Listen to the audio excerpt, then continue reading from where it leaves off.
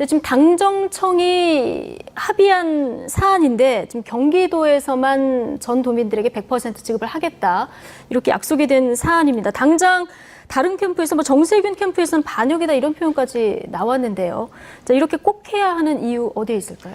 먼저 반역이라 이런 표현을 쓴 거에 대해서는 굉장히 좀 유감스럽다라는 생각이 들고요. 같은 당 내에서. 네. 그리고 이 과정을 좀 봐야 될 것 같습니다. 예. 먼저 이재명 지사가 결정을 한 것이 아니라 경기도 내 5개 자치단체장이 먼저 건의를 했고 그 이후에 찬반 논란이 있자 다시 31개 시군 단체장들이 합의를 했습니다. 그리고 예.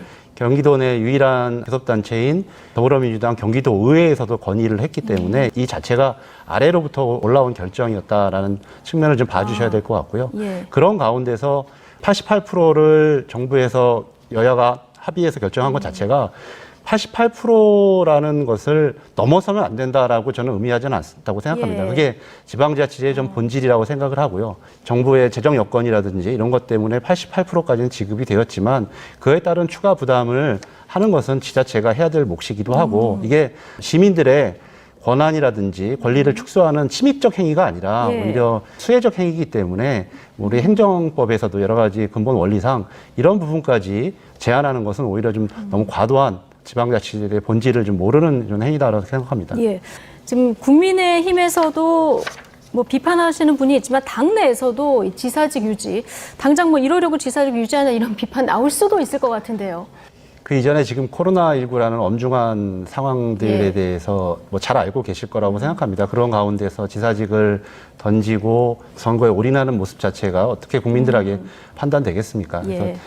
그건 말하면 국민들께서 충분히 다 이해하시고 있을 거라고 저는 생각이 들고요. 예. 그리고 지사직을 뭐 끝까지 할 수 있는 것도 아니고 법정 시한 내에 어느 정도 판단이 되는 시점에서 충분히 내려놓으시겠죠.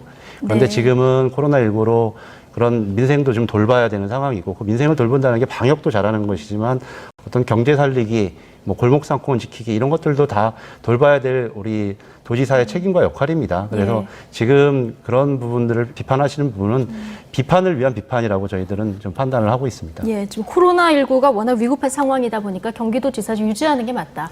예. 만약에 지사직을 사퇴했으면 내팽개치고 정치에 올인하느냐 이런 비판 안 하겠습니까?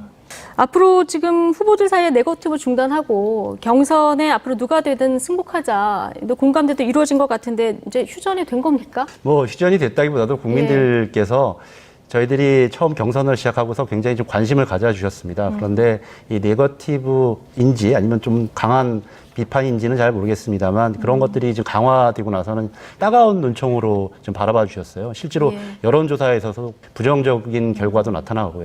그렇기 때문에 앞으로 더 이상 이런 네거티브성 발언이라든지 이런 것들이 나오지 않을 것이라고 생각하고요. 그거는 뭐 저희 당만이 아니라 이제 곧 경선을 시작하는 국민의힘도 마찬가지라고 생각합니다. 네. 더 이상 국민들이 그런 네거티브에 대해서 용납하는 분위기가 아니지 않겠습니까?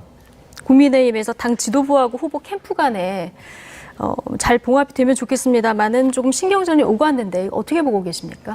뭐 저희 당 일이 아니어서 좀 언급하기가 조금 예. 그렇긴 한데요.